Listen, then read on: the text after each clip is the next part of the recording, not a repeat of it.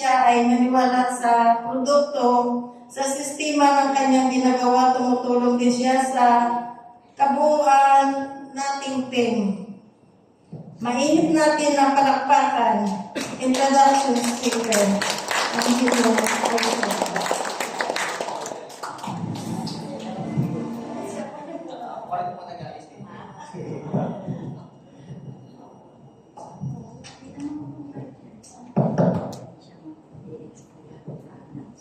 Hello. Good morning po everyone! Good morning! Bakit parang mga gutom? Gutom po ba? Hindi naman. Gusto? Ready po bang matuto? Yes! Ready po bang makarinig ng bago sa mga pandinig natin? Yes! Kung ganon, may request po ko sa lahat. Bago po tayo mag-start, pakilabas po lahat ng cellphone. Mga cellphone pakilabas. Hindi naman kukunin. Ipaparaffle lang. Na-joke lang. Lahat po ng cellphone, pakimute. Mute lang naman. Para hindi po tayo install po dito. Tuloy-tuloy lang tayo. Pagkatapos i-mute ng mga cellphone, maglabas ng papel at ballpen. Pag walang papel at ballpen, magsulat na lang po sa cellphone nyo. Mag-take down notes po tayo ha. So, bakit? Before anything else, thank you po sa ating MC for today. Palakpakan po natin si Miss Carla Talisay. First time niya po ngayon. Halata po ba? Hindi naman po halata. Medyo lang, no? So, thank you po ulit, no? So, konting introduction lang as nakikita ko marami pong bagong ngayon, maraming guests. At itong dalawa, si Kuya, no, mukhang kasaidaran ko lang, no. So ako po si Angelo, pwede mo tawagin dyan na lang, no, 22 years old, and now full-time doing Reway. Bakit ito ginagawa ang Reway is, we have this why Reway in ourselves. So yung why Reway na yun is firstly, syempre para matulungan ng sarili natin. Pangalawa, to help our loved ones, to help our family. As dito sa Reway, may no-offer tayong tinatawag na 6-piece, no? Yung 6-piece na yan ang nagpapatakbo dito sa Reway, no? At isa sa mga 6-piece na sasabihin at babanggitin ko ngayon is ang product ng Reway. So, to begin and to proceed, may kita dito ang death sentences without committing any crime. Sa Tagalog, ito po ang mga sentensyang kamatayan kahit wala kang ginagawang kasalanan, no? Krimen. Pag sinabing death sentence, saan natin madalas na naririnig? Death sentence. Sa matatanda. Ano pa?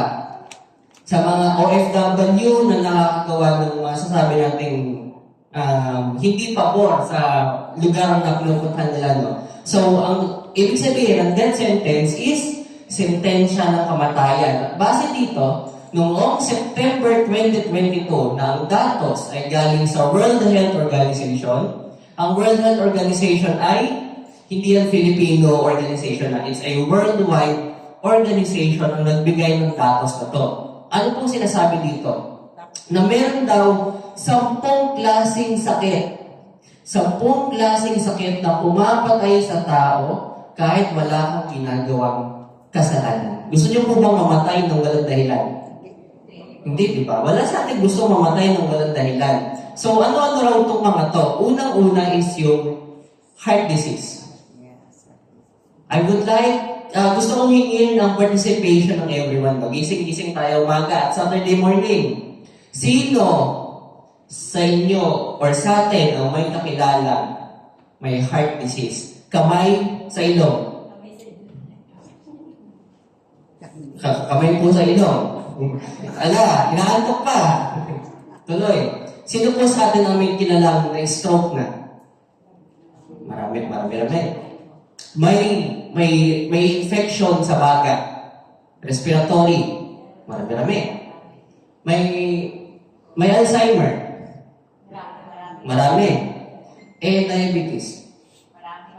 Marami rin. So, bakit daw? Nag-exist daw itong gantong top 10 killer diseases dahil sa 4 primary na dahilan Unang-una dyan is yung aging population. Sa Tagalog, ang aging population is pagtanda, aging, no? So, ang aging population daw, hindi yan nakokontrol. Hindi yan napipigilan at kahit mga developed countries like Japan and Germany, walang nagagawang permanent solution para makontrol ang tuloy-tuloy at hindi mapigilang pagtanda ng populasyon nila. And then, sinasabi rin daw na meron tayong wrong diet.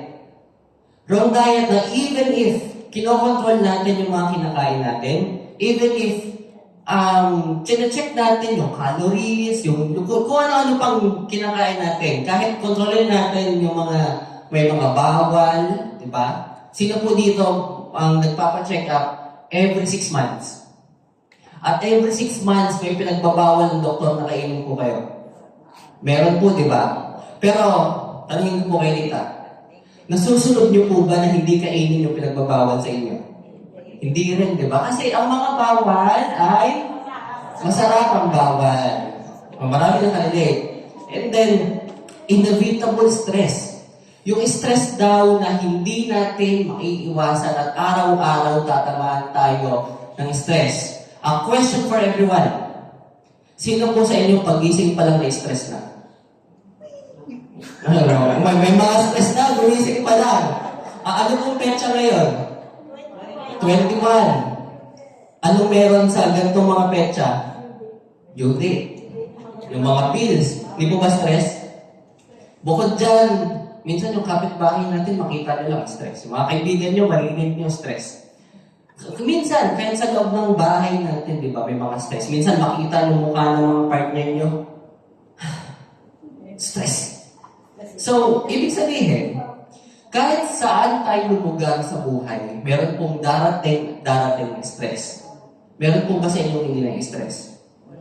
Wala, di ba? So, nandyan ang stress. Kahit pa sabihin natin happy tayo sa bahay, minsan pumunta tayo sa workplace natin or sa mga businesses natin, stress, no? Ito nga mga nababasa ko, may mga business owner po ba dito? Taas po mga business owner. Meron, no? Ito lang nababasa ko lately, no? Siyempre, dapat updated tayo sa balita na padami daw ng padami ang kailangang bayaran ng taxes even ng small business owners. Di ba? From smallest to biggest, parami ang taxes at pataas ng pataas. Di ba? Nag-stress na yung binibigay sa atin sa mga small business owner, nababawasan pa ng kita. So, nagiging parang nawawalan ng silbi tayong mga mamayan ng Pilipinas, di ba? And then, pollution daw. Yung pollution daw na andyan, na laging tatama sa atin. Magbigay po ng isang klase ng pollution. Usok, tambucho. Lahat po tayo dito pumunta ng naka-jeep, naka-bus. Meron po ba naka-aeroplano? Wala. May naka-barko? Wala pa. Wala pa. So, ibig sabihin, sa kahit saan tayo lumugar, kahit saan tayo pumunta, andyan din ang pollution, no? Na laging na-apekto sa atin, sa katawan natin, especially sa mga usok, sa lungs natin. Either way, if hindi naman sa hangin, may mga pollution din sa lupa, sa tubig, no, na hindi natin nakikita, at the same time, pumapasok na lang sa katawan natin nang hindi natin nakokontrol, no? So, lahat daw ng iyon is tinatawag na bottleneck crisis pagdating sa medical science today. Ibig sabihin, nagiging problema raw po yung mga yan kasi walang mahanap na permanent solution, walang mahanap na permanent na paraan para makatulong or magawa ng paraan itong mga bagay na to. So, dito po sa 10 to, heart disease, stroke, diabetes, cancer, ano pong madalas nyong napapansin na similarities nilang lahat? Meron silang maintenance. Yung maintenance medication na ginagawa lang is i-appoint lang yung symptoms to the point na hanggang nun lang, pero yung sakit, nandyan pa rin. Question po ulit para sa lahat. Taas po ng kamay ng mga nag-maintenance. May maintenance ngayon. Marami-rami. Tita Mirna, ang maintenance niyo po, ilan ang start ng maintenance? Isang maintenance. Ngayon po, ilan na maintenance nyo? 2 na. Sino pa nagtaas dito? Tita, ilan po maintenance nyo noon? Ngayon point na. 2, tita. Ilan na po ngayon? Awan, pareho. Si tita? Isa. No. Kailan po kayo nag-start mag-maintenance? 38 years old ako. 28 ilang taon na po kayo? 38 ilang taon na po kayo ngayon? Ako 68 na. So, yung maintenance niyo po, halos naging lifetime na, no?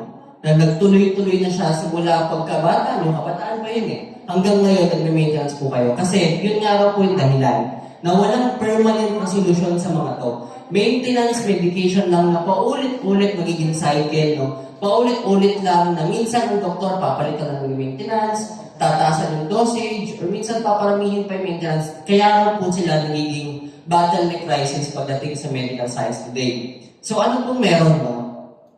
Na-discover po ang stem cell. Sa mga guests po natin ngayon, sino po ang familiar na sa salitang stem cell?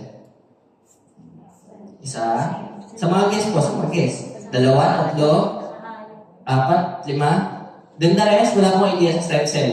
Sa madaling salita, sulat niyo po sa madaling salita, ang stem cell is byproduct or pinagsama or sa Tagalog pinaghalong sperm cell ni tatay at ovum ni nanay. Yung the moment na nag-meet yung sperm cell at ovum, nabuo ang unang stem cell na nag-replicate, nag-duplicate, dumami, hanggang sa mabuo ang organs natin gaya ng intestine, heart, lungs, so hanggang sa mabuo tayo 9 months after, which means, simula pagkabata natin, tayo ay gawa sa stem cell. At every time na may masira sa katawan natin, magkasakit tayo, ang nag-aayos din ng katawan natin is stem cell. So, question for everyone. Ang dami kong tanong, no? Parang may quiz. Question for everyone. Sa edad po natin ngayon, hanggang ngayon po ba gawa pa rin tayo sa stem cell? Yes. So, pag may damage ang katawan natin, ano mag-repair sa katawan natin? Synthetic medicine or stem cell? Stem cell pa rin. Gets niyo po ang concept ng stem cell is basic, ang nagbibuild ng katawan natin, no? So, from head to toe, lahat tayo is gawa sa stem cell. At ang stem cell daw is tinatawag na miraculous at meron unlimited possibilities of treatment boundaries. Bakit, no? Tinatawag na miraculous ang stem cell kasi over this era, no? Over this panahon, sa panahon na to, marami ng mga researchers, marami ng mga doctors, marami ng mga professionals ang nagsaliksik, ang nag-aral, ang binigyang tuon, binigyang pansin ang stem cell, no? Na ang stem cell daw nakakatulong sa may autism, nakakatulong sa mga AIDS patient, no? Nakakatulong sa may mga cancer. And stem cell therapy to treat diabetes. Ang stem cell is miraculous sa kadahilan na direkta niyang inaayos ang sira ng katawan natin compared sa mga traditional medicine na tumutulong lang i-repair yung katawan natin but hindi directly naayos yung cell natin, ang katawan natin. So tinatawag na unstoppable medical science trend at greatest revolution of medicine emerged. Kasi sa panahon ngayon, stem cell na ang tinatawag na last frontier pagdating sa medical science. Pag ang doktor, wala nang option na mabigay sa isang pasyente, no? Wala nang gumaganang therapy, wala nang gumaganang medication, wala nang gumaganang kung ano-anong procedure. Binibigay na ng doktor is magpa-stem cell na sila para mas ma-extend at mas mapahaba buhay nila. So may mga idea po ba kayo kung paano maka-receive ng stem cell? Wala? Marami pong paraan. Maraming pwedeng gawin para maka-receive ng stem cell ang mga tao sa panahon ngayon. Una-una is yung placenta injection na ginagawa ng mga rich and famous. Gagaya nila Enrile, number 1. Ilang taon po si Enrile bago siya namatay? 1 years old. Gusto niyo po ba humaba buhay niyo ng gano'n? Humaba yung buhay niyo ng gano'n pero quality life. di ba? Yung mahaba buhay natin nang healthy tayo, yung mahaba buhay natin nang wala tayong sakit at nakakasama natin yung family natin. At yun yung mga example, no? Bukod kay Lile, no? Estrada, no? Anong ginagawa sa placenta injection? Normally, normal procedure is pupunta sila sa developed countries like Germany, Switzerland, Singapore, na kung saan nagpapaturok sila ng injection ng stem cell sa katawan nila na commonly nanggagaling sa sheep and horse, no? Na ang procedure na yun would cost millions of pesos, no? Kasi screening pa lang ang balita ko, screening pa lang para makita if eligible ka magpaturok na stem cell is 800,000 pesos kagad. Meron po ba tayong 800,000 sa mga bulsa natin? So, doon pa lang sa screening, hindi na po natin afford magpa-stem cell injection. Hindi na natin afford. May pan sa ibang bansa, mag-book ng 6 months para lang sa therapy na yan. Kasi ang stem cell therapy, ang stem cell injection, hindi po yan one time. Hindi yan 2 time, hindi yan 3 time, hindi yan 4 time. It's a therapy, no? So, commonly, it's 3 to 6 months of therapy. So, kailangan babalik-balik ka para turukan. So, kailangan balik-balik ka injection ng stem cell sa katawan natin, no? Bukod sa placenta injection na time-consuming at napakagastos, meron tayong stem cell transplant na matatagpuan sa mga 5-star hospitals, even dito sa Philippines.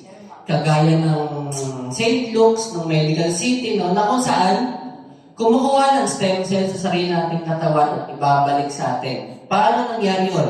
Kunyari sa ating mata na lang, no, sa dalawang mata natin, kung ang right eye natin may sira, may damage, ang gagawin ng doktor, nang walang anesthesia, kukuha ng stem cell sa left eye natin, tutusukin niya, imagine nyo, tutusukin ng left eye nyo, kukuha ng stem cell at ibabalik sa right eye nang walang anesthesia. Masakit? Siyempre, masakit. Tusukin pa naman mata nyo na injection. Kasi once na magkaroon ng anesthesia, mamamatay yung stem cell itself. As stem cell is a very delicate type of cells na matatagpuan sa mga tao or mga hayop. Wala pong matatagpuang stem cells, no, sa mga halaman. Next is cord blood banking na ginagawa ng mga mothers, mga figure dito sa Philippines is Pulindunan, no, na kung saan tinatago yung umbilical cord or yung puso na nagdudugtong sa mother at sa baby nung nasa sinapupunan pa lang na very rich in stem cells, no, na pwede nilang gamitin up to 20 years in the case na magkaroon ng malubhang sakit sa baby or kailanganin ni mother ng stem cell. But after 20 years, hindi na siya magiging effective as may time duration yung stem cell storage yan or yung cord blood banking. Kaya natin alam the banking is tinatago at every single time, every month, every quarter, kailangan yung bayaran.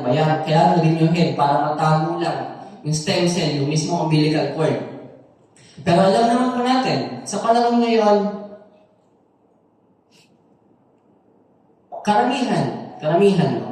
Ang sakit lumalabas after 25 years old. But 25 years old, bata or may edad na? Di ba, bata? So, pabata ang nagkakaroon ng sakit sa panahon ngayon. Hindi po ba?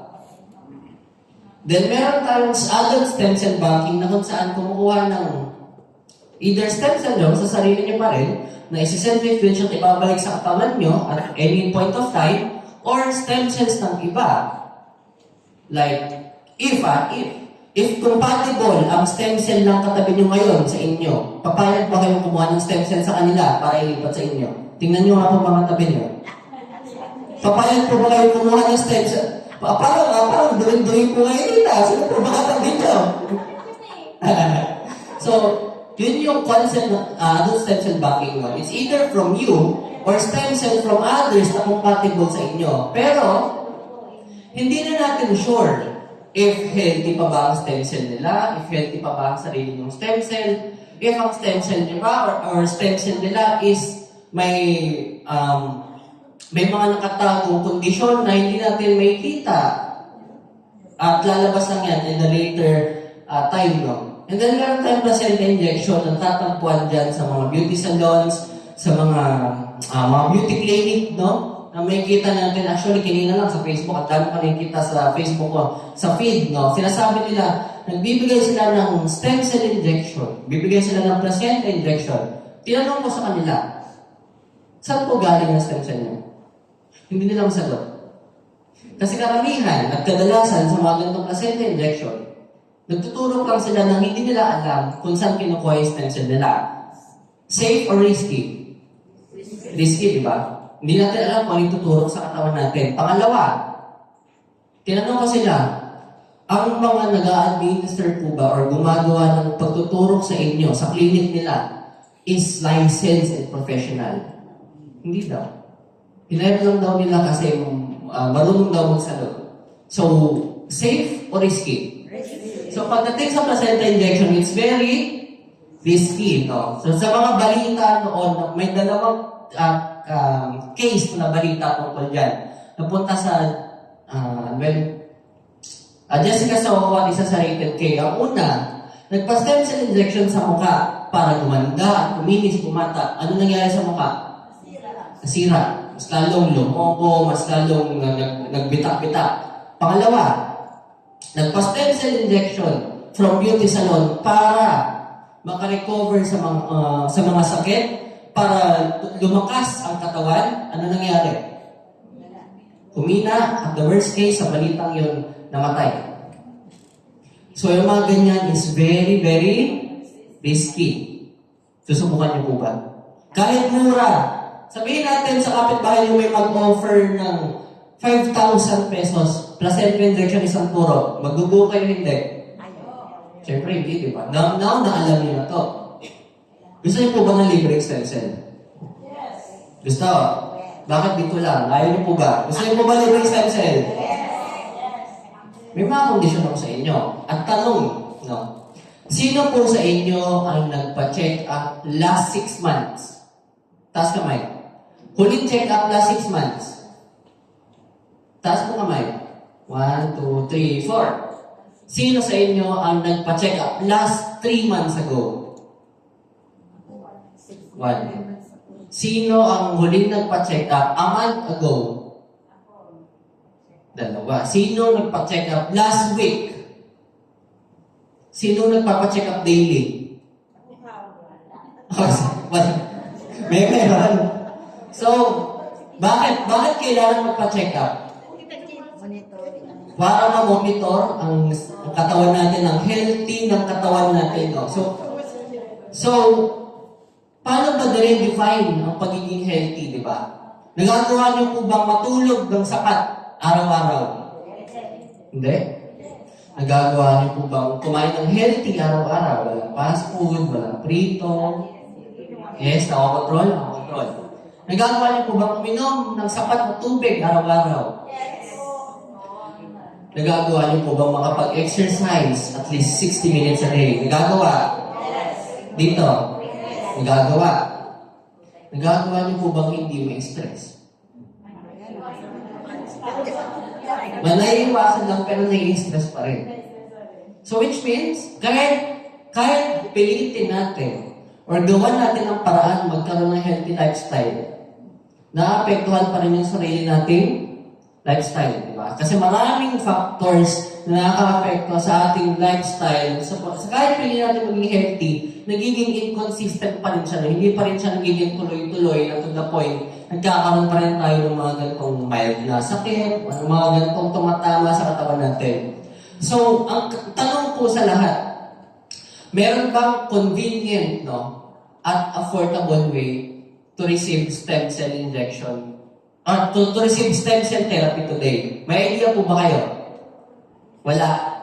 Mga guests, may idea po ba kayo? Bukod sa mga to, may idea po ba kayo kung paano pa makareceive ng stem cell today? Wala na? Okay, tuloy. So, ang ating pong company, Riway International, kung bakit ko sinabi kanina, na ang ino-offer po natin is 6-piece, no? 6-piece. At ito ang una, product, no? Ang product natin is a capsulated stem cell. Pag sinabing capsule, ano ang capsule? Naiinom, na nakakain, no? Na hindi na kailangan magpa-inject. Ang ating pong company, Leeway International, is a bio-research development company na ang ating laboratories na ang pangalan is Alpha Laboratories ay matatagpuan sa New Zealand. Na kung saan, nagawa pong possible na ang stem cell is ilagay sa capsule at pag-take natin ng stem cell na yun capsule, buhay pa rin ang stem cell na yan. So, paano daw? Unang-una yung supercritical extraction. Na malinis, ine-extract lahat ng components, lahat ng stem cell, na hindi siya nahaluan ng microplastic, na hindi siya nadudumihan, no? Na malinis siyang nalilipat sa kung saan ililipat yung stem cell at mga resources. Meron tayong freeze drying technology na kung saan pinipreserve yung stem cell up to 3 to 4 years para hindi siya mabulok, para hindi siya mamatay.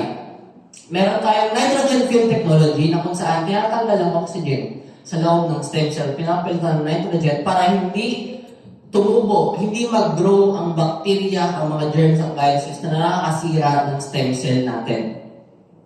Then, enteric coated technology. Siyempre, baka curious na kayo, baka may mga tanong na tumatakbo sa isip nyo. So, if iniinom yan, so, if tinitake yan through mouth, no, edi pagpasok yan sa stomach natin, malulusaw. Nagkakross mo ba sa isip nyo? Na ang stomach acid natin is malakas, tumunaw. So, paano ma-absorb yung stem cell? Ang ating pong stem cell is merong special coating na tinatawag na enteric coating. Yung enteric coating na to, pinapatibay yung stem cell para hindi siya matunaw sa stomach acid natin, kundi mapupunta lang siya sa intestine kung saan siya mas ma-absorb at kung saan siya mas matitake ng katawan natin yung mga stem cell components na yun. Then we have the emulsification technology na sa madaling salita, pinapalit lang nito lahat ng components, lahat ng ingredients natin para magawa niyang mapasok isimula hair natin, hair to toe natin, so buong katawan natin. Then biosoft gel technology, yan po yung compound ng stem cell natin. Hindi siya powder na hinahalo sa tubig para inumin. Hindi siya hard capsule na sobrang tigas na namatay na yung stem cell sa loob kasi sinolidify siya, no? At hindi rin siya hindi siya ibang components, no? Isa siyang biosoft gel na sa labas is medyo matigas dahil sa enteric coating, sa loob is biosoft gel siya. Na kung titignan, ipapapansin nyo, para siyang blood-like substance, so malapot-lapot na substance. So, to present ang ating product, no, it's Portier Placenta on 7th edition. 7th edition kasi since 2008, no, ang ating company is wala nang ibang product kundi Portier lang. So, from 1st edition, 2nd edition, 3rd, 4th, 5th, 6th, and 7th edition, pinerfect natin at mas pinapaganda lang po natin ang product na which is Portier. So, hinga muna ako. Kung may mga tanong po kayo, tanong na kayo mamaya. Ang stem cell natin is nanggagaling sa placenta ng deer at sa velvet ng deer. So, bakit po deer? Or bakit usa sa Tagalog? Ang usa po ay kinoconsider na strong and majestic, no? So, tinatawag daw yan na divine beast kasi napakalinis na klase ng hayop ang deer. At ang deer ay merong biocompatibility sa tao na lahat ng components is compatible sa tao. Pero don't worry, hindi po tayo pumapatay ng deer at hindi natin kinukuha lahat yan. Kinukuha lang natin ang placenta at velvet. Ito ang ating clinically proven patented. No? Pag sinabing patented, only Leeway International has the capability, has the trademark para gawin to. Unang-una yung binanggit ko is yung Servicenta na merong 99% multi-potency, if may nagsusulat po sa inyo, multi-potency, ang binibigay ng Servicenta na kaya nito mag-transform sa kahit anong pangailangan ng cells ng katawan natin. Meron tayong Velvecenta na kinukuha sa tip ng antler ng mga deer na kung saan malakas ito mag-regenerate, no? So which means, pag pinagsama ang Servicenta at Velvecenta, malakas ang regeneration at duplication rate ng stem cells, no? At meron tayong engine cell. Engine cell is isang klase ng ginseng na matatagpuan lang sa volcanic soil of New Zealand na 150 times stronger ng normal ginseng. Sa mga tito po natin sa likod, pamilyar po kayo sa ginseng? Pamilyar po kayo sa Extra Diyos? Cobra? Yun po yung mga drinks na ang sources nila is ginseng na tumutulong sa ating brain, no, sa ating nerves para mas maging malakas tayo at yung brain natin sharp and healthy. Meron tayong axertone na kung tawagin is a lychee mushroom na kung saan pinapatay nito ang aging gene sa katawan natin. So which means in Tagalog, pinapatay nito ang nagsasanhi ng pagtanda natin sa katawan. So imagine, ito pa lang pong 4 na to, hindi pa kasama to.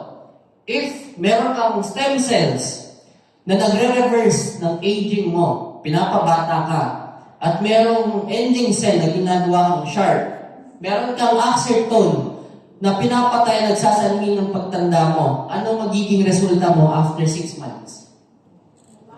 Bumata. Palakpakan po natin ang mga sumagot. At meron pa tayong nucleic labem. Nucleic labem or tinatawag na white strawberry na matatagpuan lang sa Japan na merong 4 na trabaho. Una-una is natural anti-inflammatory. Dahil alam po natin, most and common na sakit na matatagpuan dito sa Pilipinas ay nanggagaling sa inflammation. Yung mga inflammation na yun, yung mga bukol na nagsisimula sa loob ng katawan natin, no? Yung mga bukol na lumalaki, na nagsasabi ng iba't ibang sakit natin sa katawan. So, anti-inflammation. Bukod doon, nucleic labem acts as natural antibiotic and natural pain reliever. Lastly, nucleic labem is siya yung naghahanap at tumatarget, navigator kung saan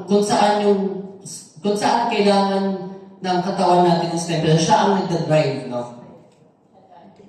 Nagigets po ba? Di ba? Kasi bukod sa 5 yan, meron po tayong total 14 ingredients, no, na unique ang pagkakagawa, ang formulation. Kasi meron pa tayong brown seaweed na directly pumapatay ng cancer cells, anti-carcinogenic. Ang brown seaweed na kadalasan natatagpuan sa Japan. No? Alam natin sa Japan bakit maraming senior, no? Kasi ang mga pabuhay nila, it's because of this seaweed. Then we have the apple extract na nutrition galing sa 150 apples into 1 capsule. Kaya niyo po bang uminom kaya niyo po bang kumain ng 150 apples a day? No. Kaya po ba ng bulsa kumain ng green apple na 150 a day? Hindi rin, di ba? Then tomato extract na tumutulong sa heart natin, no? sa daluyan ng dugo natin. Then aloe vera extract na tumutulong sa digestive system natin if nahihirapan tayong dumumi, if nahihirapan tayong maglabas ng mga sama-sama sa katawan natin. Then morange oil and avocado oil, yan yung klase ng oil na tumutunaw sa mga bumabara sa ugat natin, no? At tumutunaw sa mga fatty acids na nagsasanhin ng kung ano-ano sakit sa katawan natin. Squalene, in simple terms, is fish oil or omega-5. Evening primrose oil, ito yung klase ng oil na tumutulong sa mga taong may problema sa menstruation, pagdating sa babae na may problema sa period, hindi makabuo, hindi mabuntis, no? Pagdating naman sa lalaki, may mga problema sa impotency, hindi na tumatayo kahit bata pa. And then marine collagen, pamilyar na tayo sa concept ng collagen, which is pampa-beauty, pampabata. So lahat ng yan, dinesign ng Greenway, no, to supplement, unang-una, para bigyang pansin ang mga kulang at pangailangan ng katawan natin. Pangalawa, i-prevent ang katawan natin sa mga sakit na pwedeng tumama sa atin. Pangatlo, i-recover ang katawan natin sa mga sakit na pinanggalingan ng katawan natin na after natin magkasakit, tamlay na tayo, patlang-patla na tayo, wala nang ibang gumagana. But this can help. Detoxification para linisin ang katawan natin from head to toe, protektahan, ayusin, and especially i-renew ang body natin after 6 months. Gusto niyo po ba meron kayong bagong organs? bagong heart, bagong lungs, bagong kidney, para bumata, di ba? Siyempre, ang pagbata natin, hindi yan nanggagaling sa labas. Ang pagbata ng tao is nanggagaling sa loob. Yung organs na nagpapatakbo sa atin, hindi naman yung balat natin, di ba? So lahat ng yan, dinesign ng Giveaway to be all-rounded para bigyan pansin ang pangailangan nating lahat. Last slide, makikita dito ang leading causes of death worldwide. So sa Tagalog, ito yung mga sanhi pa rin ng kamatayan sa buong mundo. No? As of 2019, makikita dito unang-una, cardiovascular disease, cancer, respiratory disease, digestive, neuro, dementia, diabetes, diarrheal, kidney. So sa top 10 pa rin, ang nagiging sanhi pa rin ng kamatayan ng tao is sakit. Kahit pagsama-samahin natin ang mga natural disaster, ang murder, ang physical abuse, no, burning, freezing, mas marami pa rin namamatay sa sakit. And I know, lahat tayo sa buhay, at this point of our life, may mga kamag-anak tayo na wala dahil sa mga sakit na yan.